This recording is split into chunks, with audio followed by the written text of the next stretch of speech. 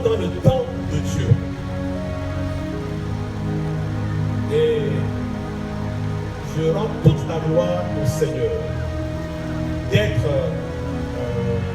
parmi les orateurs de cette semaine pour l'unité du corps de Christ. Le Saint-Esprit est vraiment à l'œuvre. Et quand vous êtes plusieurs orateurs, et que tout ce que toi tu as préparé, ceux qui t'ont dévancé sont mis à dire, tu te sens vraiment, c'est comme on a tout dit, tu ne sais pas ce que toi tu vas dire maintenant. Dès le premier jour, jusqu'au 4e jour aujourd'hui, 4e soirée, nous bénissons le Seigneur. C'est également un honneur pour moi. Je porte un ensemble burkinabé et je suis un orateur qui succède un pasteur burkinabé qui vient également de prêcher.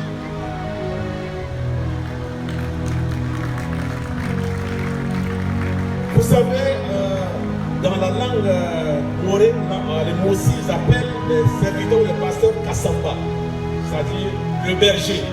Mais au Tchad, je ne sais pas quel nom on a donné en Sahara ou je ne sais pas.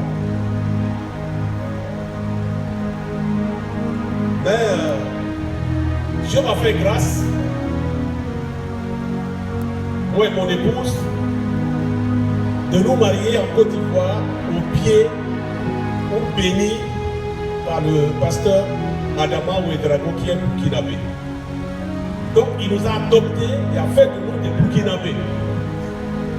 Et là actuellement, mes quatre fils, la première fille et trois fils, ils sont tous au Burkina Faso. Et en l'an 2011, je me suis rendu au Burkina Faso, à Bobo Dioulasso, chez un des parents de Adama Ouedrago, chez un Ouedrago, où ma fille est sous tutelle pour ses études. C'est là qu'on s'est rencontré avec le pasteur Idrissa Kigba. Et on a eu des temps de prière. C'est un intercesseur. Comme moi aussi, je suis un intercesseur. 2011 là-bas. Et après, il m'a dit non, il faut venir chez moi. Et tu vas connaître le domaine, tu vas là où je suis, ce que je fais, tu vas voir et tu vas prier pour moi.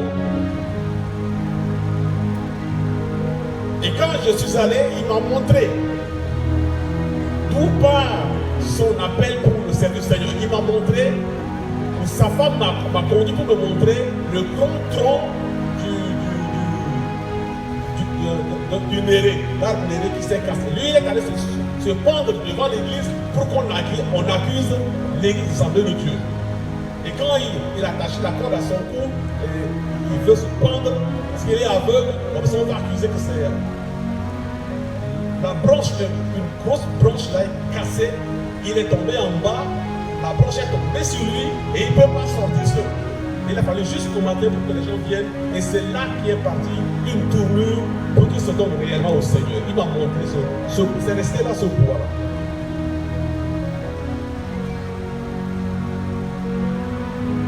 Et je bénis le Seigneur pour sa vie. Voilà, pour ne pas gagner du temps, nous sommes au 4e jour. Et le thème qu'on m'a demandé de développer ou de vous exhorter avec un passage à l'appui. Je ne vais pas être long à raconter des histoires, mais on va décortiquer la parole de Dieu et on va passer dans des phases un peu pratiques. Puisque il faut qu'on se mette vraiment dans la prière. Pas de prière dans l'air ou pas de prière d'une façon générale, mais qu'on fasse des prières spécifiques pour l'unité du corps de Christ au Tchad et pour la restauration de la nation tchadienne. Le thème qu'on m'a demandé de traiter, avec un passage à l'appui, le rôle de l'Église dans la restauration de la nation tchadienne. Le rôle de l'Église. Nous allons dans un premier temps pour comprendre pourquoi ce terme rôle, ce terme restauration, la nation, nous allons un peu le définir pour nous mettre dans la pensée qu'est-ce que l'Église doit faire exactement pour la restauration de la nation.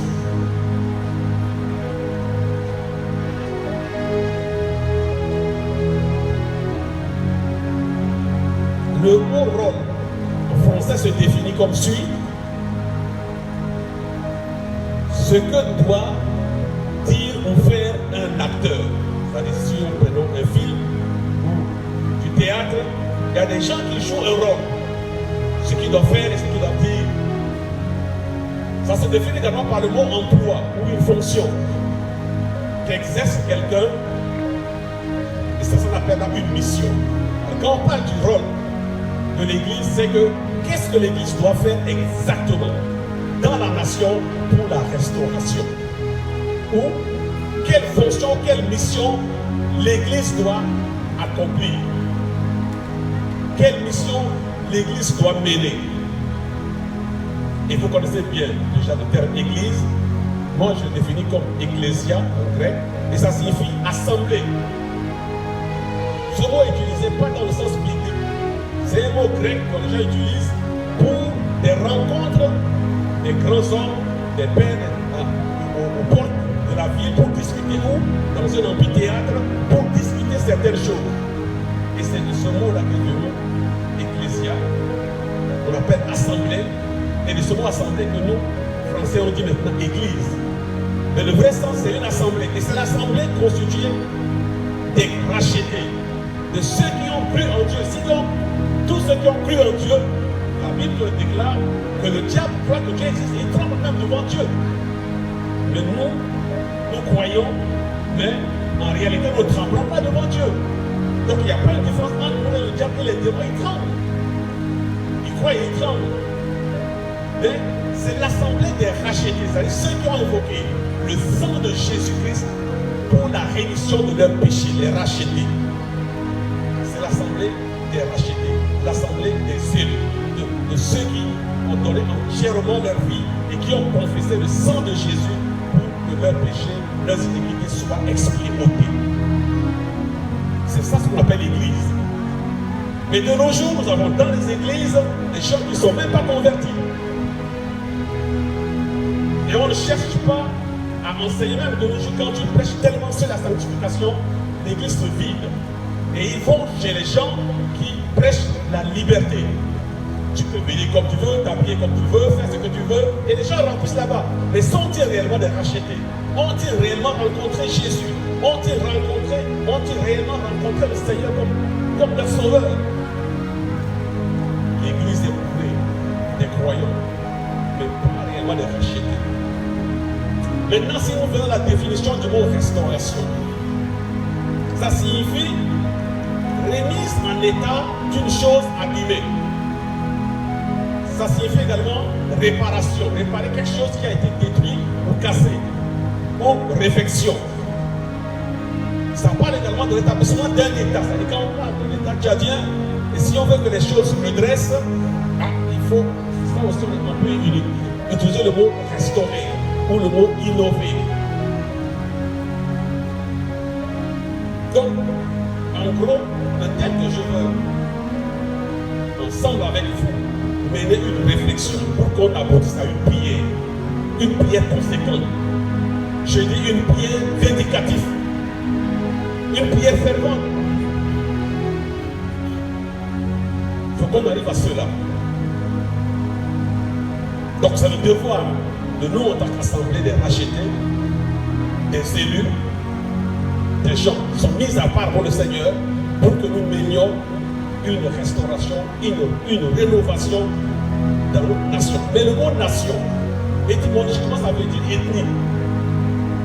Quand vous définissez le mot nation, ça ne veut dire pas l'État. Ça ne faut pas confondre les choses. Une ethnie.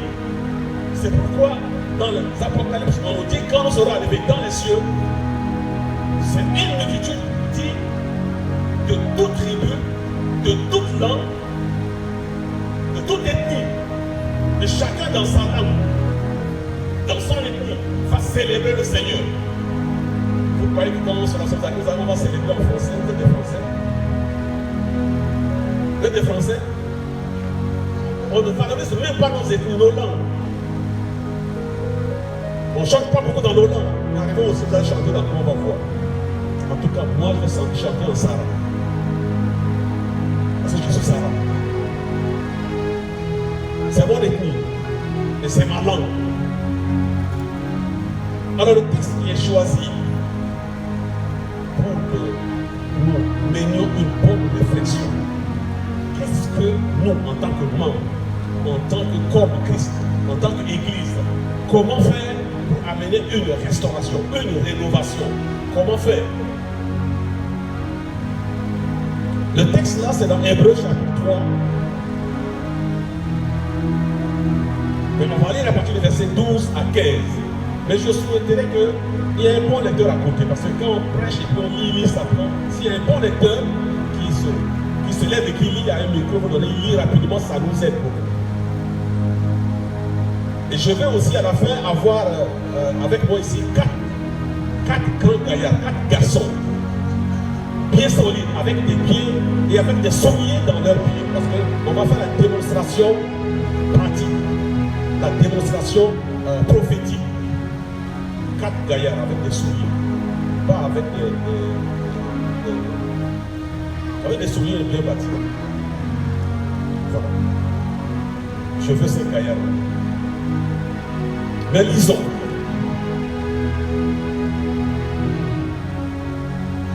Chapitre 3, verset 12, il est écrit, je lis dans la version 8 secondes.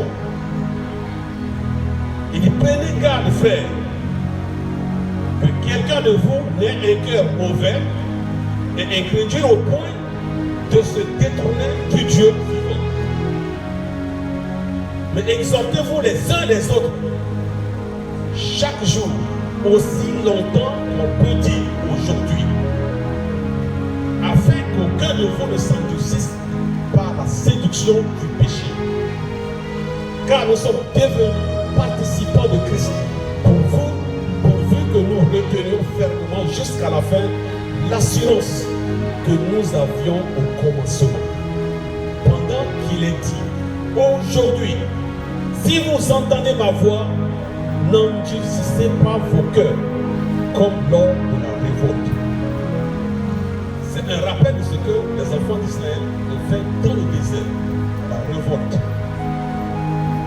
Il dit, quand vous entendez la voix de Dieu, n'endurcissez pas votre cœur.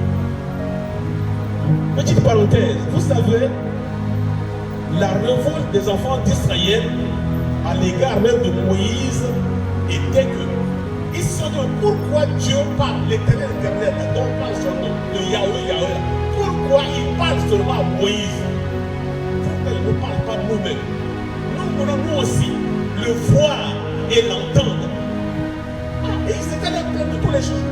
Même dans le désert, tout le cheminement dans le désert, c'était là le grand problème. Pourquoi Dieu ne parle seulement qu'à Moïse? Au point que même Marie et Aaron ont revendiqué.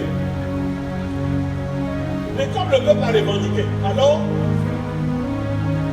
l'Éternel a dit à Moïse, bon d'accord, comme ils veulent me voir, comme ils veulent m'entendre, bon, dis-leur de se préparer, de se sanctifier, de laver leurs habits. Et c'est de là où il était parti l'hygiène. Dieu a dit au peuple d'Israël, brisez les trous et mettez vos caca là-dedans. Je ne veux pas voir ces choses-là. Mettez-les hors du camp et mettez dans un trou. Mais je descendrai montagne Horeb sur laquelle je vais descendre pour qu'ils puissent me voir et leur parler qui est, pour que personne ne s'approche de la montagne pour toucher au risque de mourir, de peur de mourir. Le peuple était content, ils veulent voir Dieu. Ils veulent le voir. Ils veulent l'entendre. Quand les 3 jours de préparation étaient arrivés, tout le monde était allié, du plus grand au plus petit, et les plus plus petit se faufilait parmi les grands pour venir, a dit, moi je vais rester tout près de la montagne pour voir Dieu là, face à face. Les plus grands, les plus robustes là, ils regardent, ils disent, moi aussi je veux voir. Et ça se bouscule, ça se bouscule, ça se bouscule, ça se bousculait, ça se bousculait. Alors tout à coup, la montagne s'est mise à trembler. Les gens qui étaient premiers ont vu la montagne trembler, danser, basculer, commencer par faire quoi? Par reculer. Et ceux qui sont derrière veulent voir, veulent écouter. Il y a des choses qui se passent sur la montagne là-bas. Moi, j'ai de peur que la montagne tombe sur moi. Ils ont tous reculé. À un moment donné, la montagne embrasée de feu. C'est du feu. Un feu ardent. Ah, c'est ça Dieu. Du feu. Après, c'est des tonnerres, des éclairs, des grands bruits.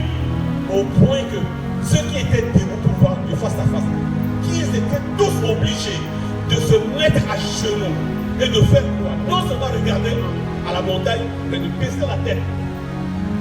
Parce que le feu était dévorant, de ne pas regarder. Et c'est là, pendant qu'ils étaient courbés, la tête même vers la terre, le front par terre. C'est en ce moment que la voix de l'Éternel tonna. Je suis Yahweh. Alléluia. Je suis Yahweh. Ah, ça tremblait.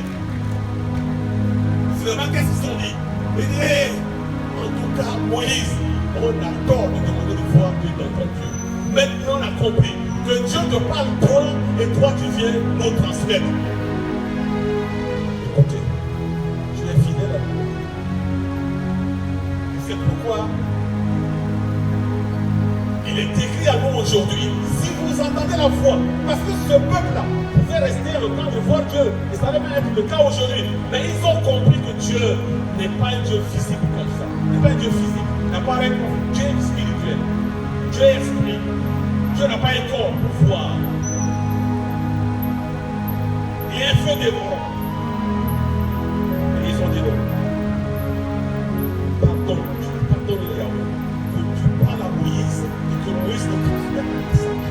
Aujourd'hui, si les hommes de Dieu se lèvent, quelle que soit leur carrure, quelle que soit leur taille, quelle que soit leur connaissance, quelle que soit leur formation théologique ou pastorale, quelle que soit, même s'il n'a pas été à l'école biblique, ils se lèvent. Il reçoit une pensée, il ouvre la parole de Dieu, et s'il se met à prêcher, il parle de la part de Dieu. Écoutez-le.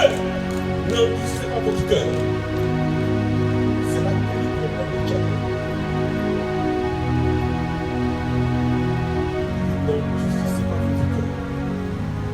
Ne soyez pas mauvais du cœur, ni incrédule, mais soyez dociles, croyez en Dieu, et croyez à ce que les hommes de Dieu vous disent. L'esprit également que l'Esprit de Dieu vous donne le discernement et acceptez ce qui vient de Dieu. Recevez ce qui vient du Seigneur et repoussez ce qui vient du mal. Alors, est-ce que nos cœurs sont prêts à entendre et à recevoir et à mettre en pratique? Ce n'est pas question d'entendre. Le grand problème, nous écoutons. Il y a tellement de séminaires, tellement de rencontres, tellement de conférences, il y a tellement de choses qu'on a organisées. Des rencontres pareilles.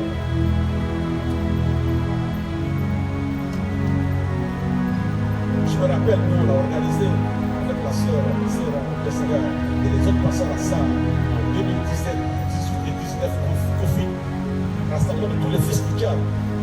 Et là, à cette rencontre à ça, toutes les dénominations étaient représentées. Comme on a débattu ce matin avec le pasteur, mais c'est parce qu'on a mis des personnes clés. On a su les mecs là, et c'est eux là qui ont donné une influence. Et même les participants là, ils ont donné une s'appelle chrétien, ils étaient là avec moi ça. On a fait tellement de rencontres. Même sous régime, World Vision, même du campus pour Christ, les mêmes thèmes là sont revenus. Mais est-ce qu'on a mis en pratique les résolutions, les enseignements? Est-ce qu'on a porté le poids devant Dieu? Est-ce qu'on a porté le fardeau réellement devant le Seigneur pour qu'il y ait unité et qu'il y ait restauration de la nation? C'est là le problème. Écoutez, c'est bien. C'est la mise en pratique qui est essentielle.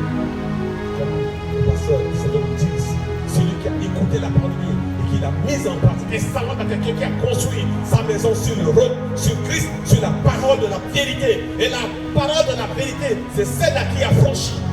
On peut faire des conférences, des discussions, mais si on ne prêche pas la vérité, les gens ne seront jamais affranchis. On va rester dans l'hypocrisie, on va rester dans le flou, on va rester dans le péché. Et si nous sommes participants de Christ, alors il faut qu'on s'exhorte les uns les autres.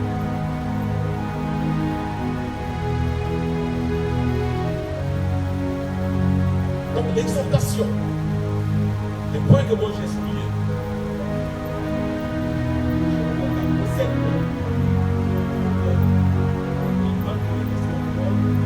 d'amener la restauration du diable. Quelle restauration vous voulez exactement?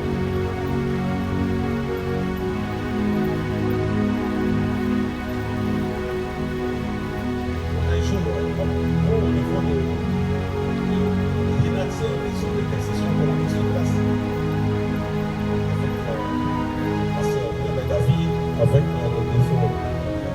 Léon Gédéon, avec Michael, tout ça. Fait venir beaucoup les étrangers qui sont venus parler. Mais ces mêmes pasteurs étrangers, quand ils sont revenus au Tchad, ils ont vu le changement, mais nous-mêmes, on n'a pas vu le changement. On n'a pas apprécié encore des choses telles que des choses terribles. Sommes-nous aveugles? Je ne sais pas.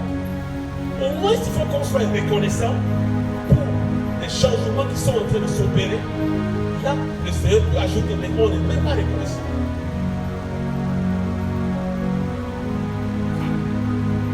Il a invité un pasteur béninois qui devait aller à ça c'est dans les années 98 ou quelque chose, je ne sais pas. En temps de goudron s'arrêtait à Guélédé et il fallait passer par Guélédé, Baïli, Congo, jusqu'à arriver à ça. Et béninois, le pasteur béninois. Et il m'a dit, mais il espérait qu'on devait très loin, ils sont à ce point. Le goudron s'arrête seulement à 153 km de Djamena et le reste là c'est une piste. Aujourd'hui quand il est revenu, quand il est parti à ça, c'est avec le goudron et puis des bus jusqu'à ça. Et il a dit, c'est un changement, il dit gloire à Dieu, il est vraiment à l'aise. Mais moi-même les Tchadiens, je ne suis pas d'accord encore, je ne suis pas encore satisfait. C'est ça le grand problème. Disons-nous la vérité, qu'est-ce que vous voulez? Il y a des infrastructures. Avant, notre unité qui fait honneur, c'est le building de Moussa. Le building de Moussa, là. Et après, tellement de buildings. Allez-y, vous avez le Caron. Maintenant, allez-y vers Gas. Il y a des plein de maisons qui se construisent. Qu'est-ce que vous voulez encore? Si nous sommes reconnaissants pour ce qui se fait déjà, ce petit commencement, Dieu nous ajoutera et nous arriverons à de grandes choses. Alléluia! Soyons reconnaissants pour ces petites choses qui se mettent en place, ces infractions qui se mettent en place. Soyons reconnaissants et bénissons le Seigneur.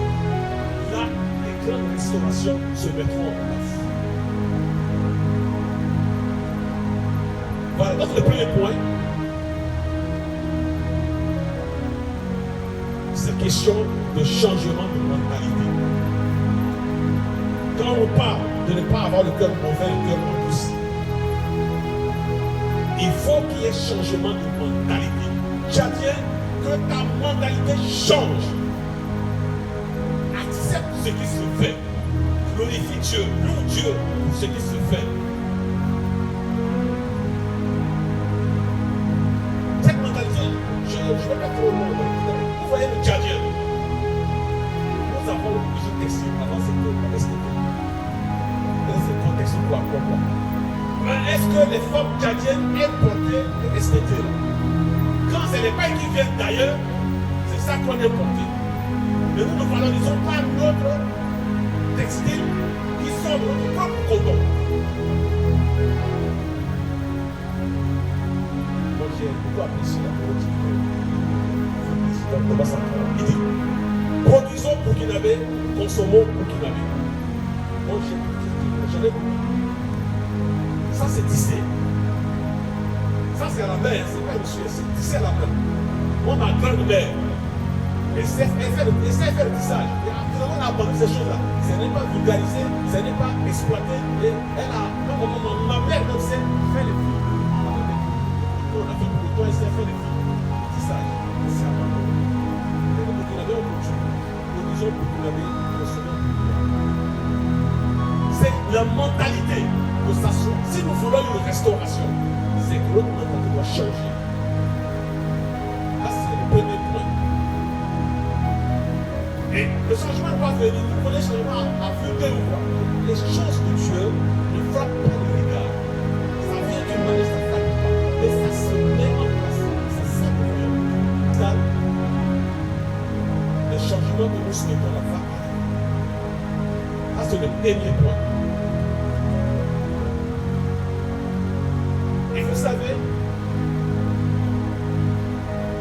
je vais citer un nom, mais qui peut se rappeler de ce nom? André Malraux. Qui se souvient de ce nom? Qui connaît ce nom? André Malraux. Vous connaissez ce nom? Vous savez, quand on a envoyé ce colonel français, envoyé par le général de Gaulle, pour venir proclamer l'indépendance le 11 août au Tchad. Quand il est arrivé, je ne sais pas pourquoi ils ont fait retarder l'avion. Il est arrivé tard, il avait un peu le soir, et il descend de l'avion avec whisky en main. Il descend sous et avec whisky en main. Et quand il est arrivé à la porte de l'indépendance pour proclamer l'indépendance, c'était vers les 17 heures. Et le péno fait une leçon. Et lui-même, il a fallu arriver la lampe torche pour qu'il lise la proclamation de l'indépendance. Et toujours avec une bouteille de whisky en main. Il a possédé le Tchad qui est indépendant là avec l'alcool. C'est avec l'alcool. Et avec les ténèbres. Parce qu'il fallait une lampe torche. Ça, c'est l'histoire du Tchad. Aujourd'hui, je parle de changement de mentalité de tout mon cœur. Tout, si vous sortez maintenant, de la fin du mois, mais vous voyez, c'est à partir de 25, 26, 27, jusqu'à 2, 3, 4. Tous les sionistes tchadiens, Gamay Sarah, quoi, quand il quitte son service, il a passé par la banque pour faire un retrait de son salaire. Et avec son salaire, où est-ce qu'il descend? Où est-ce qu'il descend? C'est de ça qu'il faut qu'on prie sérieusement. Vous voulez une restauration, vous voulez une rénovation, vous voulez qu'on puisse conquérir le Tchad, vous voulez qu'on gouverne le Tchad. Mais tous ces fonctionnaires-là, ils descendent dans des bars. Et 27 jusqu'au 2, 4, 5, tout l'argent est fini. Maintenant, les enfants sont perdus par la famille. Avec de telles personnes, comment vous voulez qu'on gouverne le Tchad? Et c'est ça qu'il faut qu'on fasse des prières vérificatives pour réclamer réellement le Tchad. Parce que les Tchadiens sont dominés par l'alcool, sont sous l'influence de l'alcool. Ça, c'est une triste réalité. Quand on a parlé d'intégrité, mais tous ceux qui sont dans les bars, les filles, ceux qui sont à la fin de sont tous dans les bars, finir leur argent. Si vous vous renseignez bien, c'est tous des gens qui étaient des chrétiens, c'est des jeunes qui étaient dans les églises, qui étaient dans les chorales, qui étaient dans la jeunesse, soit dans le JC, dans la chaîne, dans ceci. Et qui dans leur jeunesse ont fait des vœux. Ils ont dit, on priait pour nous, pour que le Seigneur nous aide à devenir des cadres, des fonctionnaires, nous allons servir le Seigneur. Tous là, ils sont devenus des cadres, ils sont devenus des cadres. Et les vœux qu'ils ont faits, ils ont tous oublié. Et la Bible me dit, quelqu'un qui fait un vœu qui n'accomplit pas, c'est quoi? C'est un insensé. Et comment voulez-vous qu'un insensé gouverne, dirige? C'est les grands cadres. Et tous, ils ne sont pas concernés parce qu'ils sont tous les temps dans la chaîne gaspillée. Ils vont avec leur salaire qu'ils ont, ils n'ont pas créé des sociétés, ils n'ont même pas créé des entreprises, ils sont même allés dans le village chercher à investir dans l'agriculture pour que les parents puissent les aider à développer le village. Donc, vrai ou faux? Vrai ou faux? Voilà. Les amis, mes frères, voilà.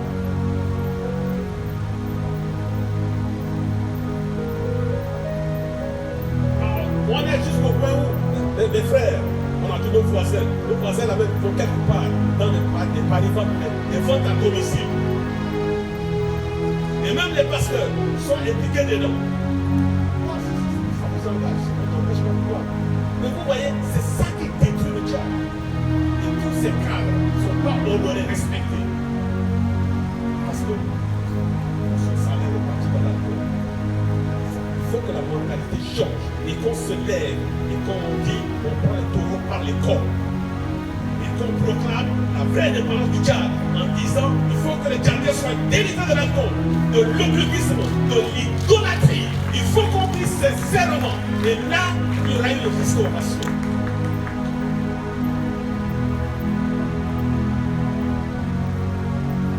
Deuxième point.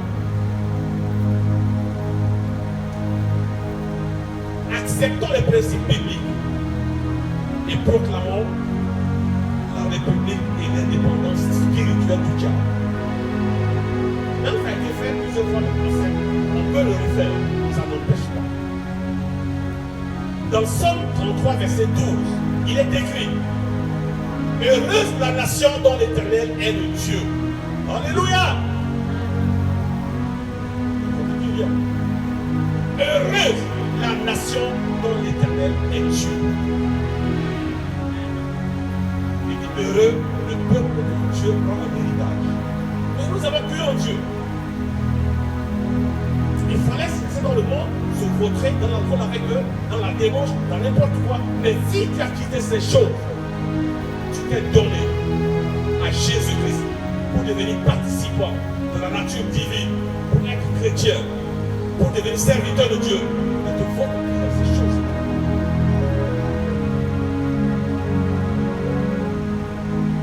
Il faut prier dans ces choses-là.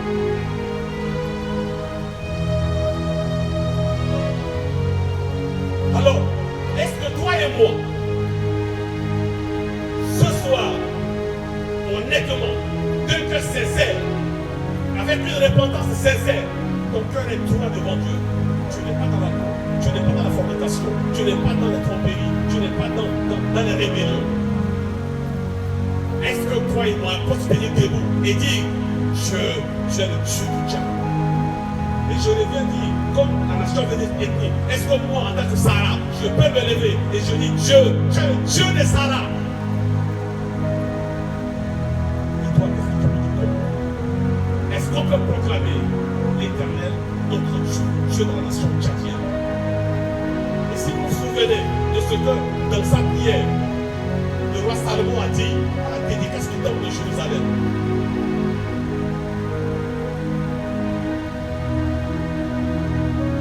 qu'est-ce que Salomon a dit? Et Dieu lui a répondu dans 2 Chroniques chapitre 7, verset 14.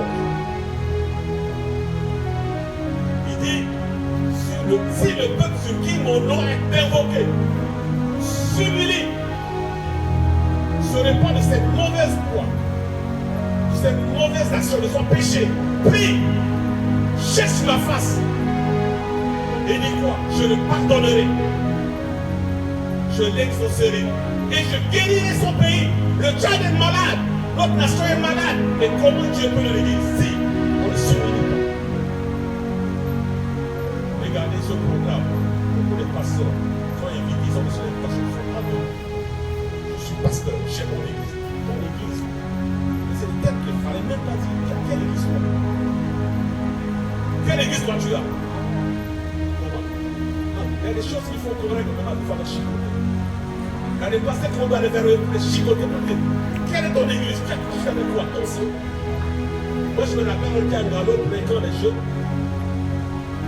Mais là-bas c'était les assemblées chrétiennes qui étaient là. Je ne sais pas moi. On était arrivé. C'est avec pas les forces, mais avec le pouvoir.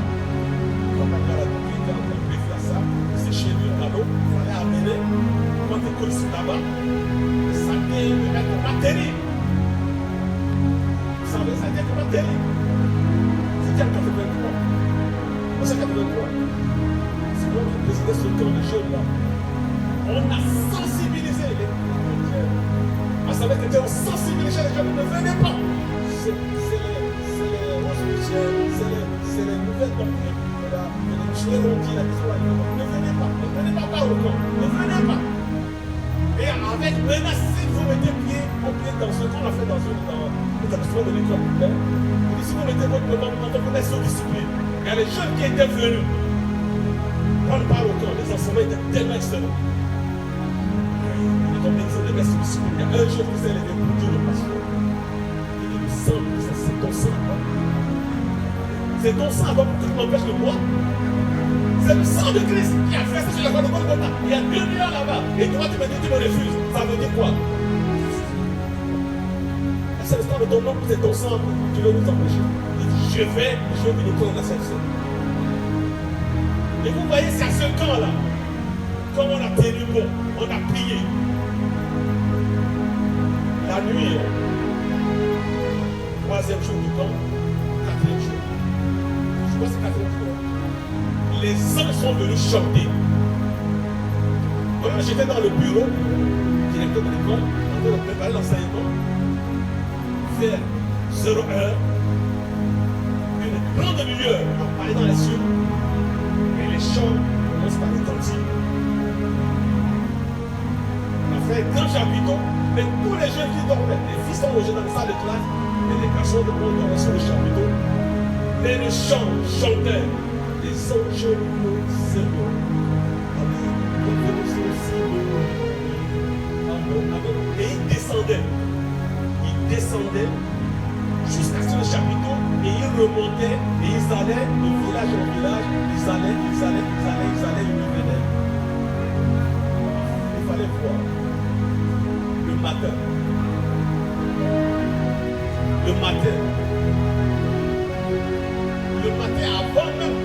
Avant même quand le lac a figuré, le complément était déchaîné, les blancs qu'on a placés là, c'est les gens, les Daïdonais là ont tous sauvé.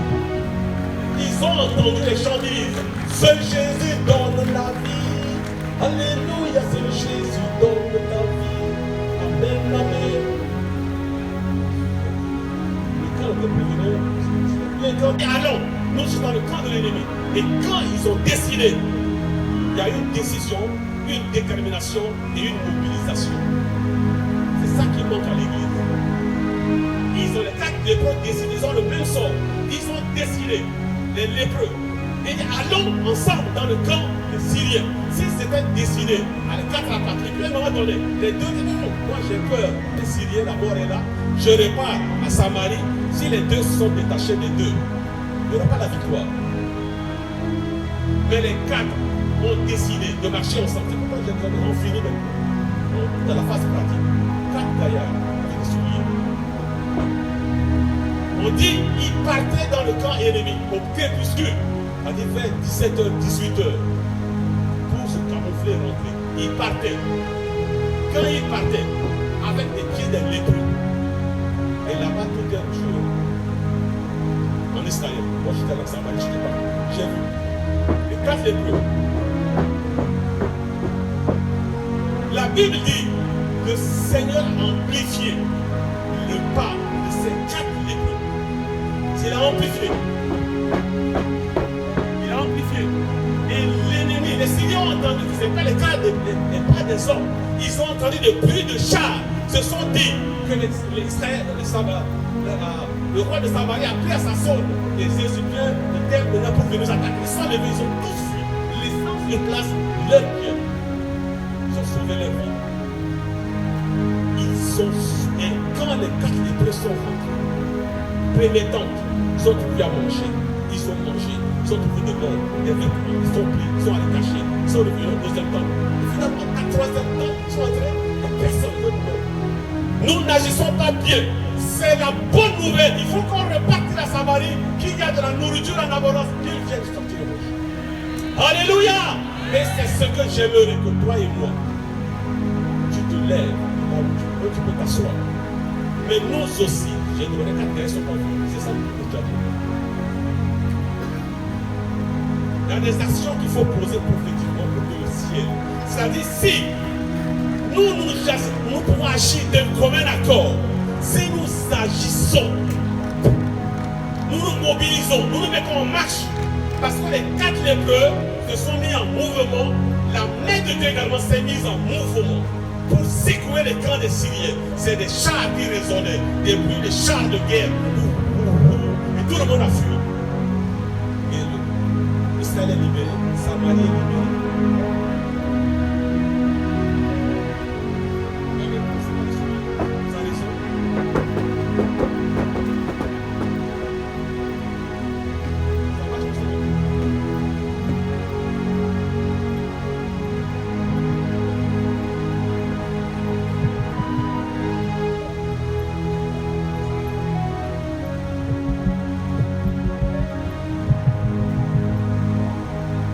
Tendez vers vos pieds, que ça tape, que le bruit vienne de vos pieds.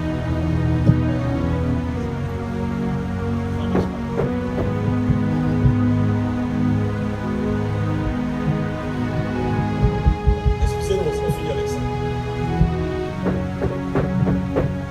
Voilà, alors, maintenant les 4.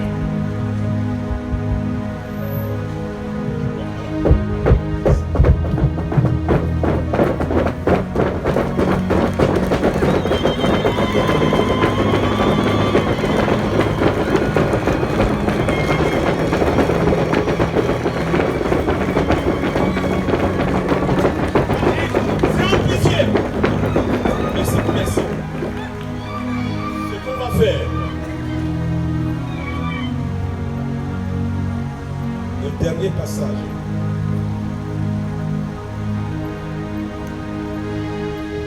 Dieu dit, si on se met à la brèche, il cherche un seulement qui se met à la brèche. À cause de ce un seul homme, il répare, il guérit la nation. Il guérit. Tout simplement. Si tu es venu à cette semaine,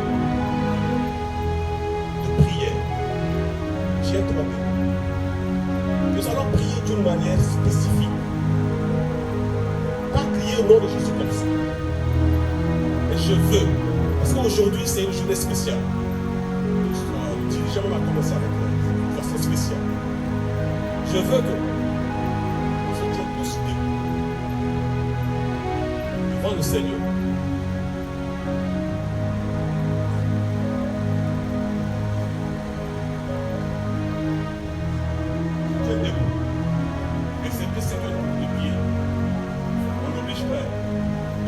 Assis, mais tu agis. Nous sommes allés, on se tient debout. Parce qu'il fallait marcher, il fallait que les lépreux se mettent en marche. Et Dieu a pris les pas de leur pied pour amplifier dans le camp de l'adversaire. Et c'est devenu des pluies de chars de guerre. Je veux que nous proclamions un seul Dieu que nous croyons. La base doctrinale, fondamentale, c'est un seul Dieu. Un seul Dieu. Trois personnes, Père, Fils et Saint-Esprit. On a une seule foi, c'est la foi qui sauve. On a une seule espérance parce que nous sommes destinés pour le ciel, nous marchons vers le ciel. On a un seul baptême. Est-ce que le baptême est plus fort que les chrétiens font ceci, lutter? Est-ce que ce n'est pas le même baptême? Mais pourquoi on se crée des problèmes? Un seul baptême, un seul Dieu, une seule foi, une seule espérance, un seul baptême. Mais nous, toi et moi, ici, nous sommes le corps de Christ. Je veux que tu lèves, même assis, debout, tu lèves ton doigt vers le ciel et tu dis, il y a un seul Dieu. C'est le Dieu qui a, c'est le Dieu de Salah. Et que dans ta langue, tu le dis le nom de ton Dieu, dans ta langue, un seul Dieu. Instrumentaliste, venez là. Je veux que vous, voilà, venez, vous allez taper. On va faire du bruit. Parce qu'à un stade, quand il y a un but qui est marqué, ça crie. Et les gens écoutent de partout, il y a un but qui est marqué. Nous allons marquer des points pour le Seigneur ce soir. Et c'est notre fin comme ça. Instrumentaliste, les chants, voilà. Venez jouer piano, guitare, batterie, vous allez taper. Allez, un seul doigt, tout le monde lève un doigt comme ça, pas la même, un doigt. Pour dire qu'il y a un seul Dieu, je le dis dans ma langue, Sarah. Nous allons à Kogibé. Chacun le dit dans sa langue. 1, 2, 3. Chacun le proclame. Un seul Dieu. Nous allons à Kogumbe. Nous allons à Kogumbe. Nous allons à Kogumbe.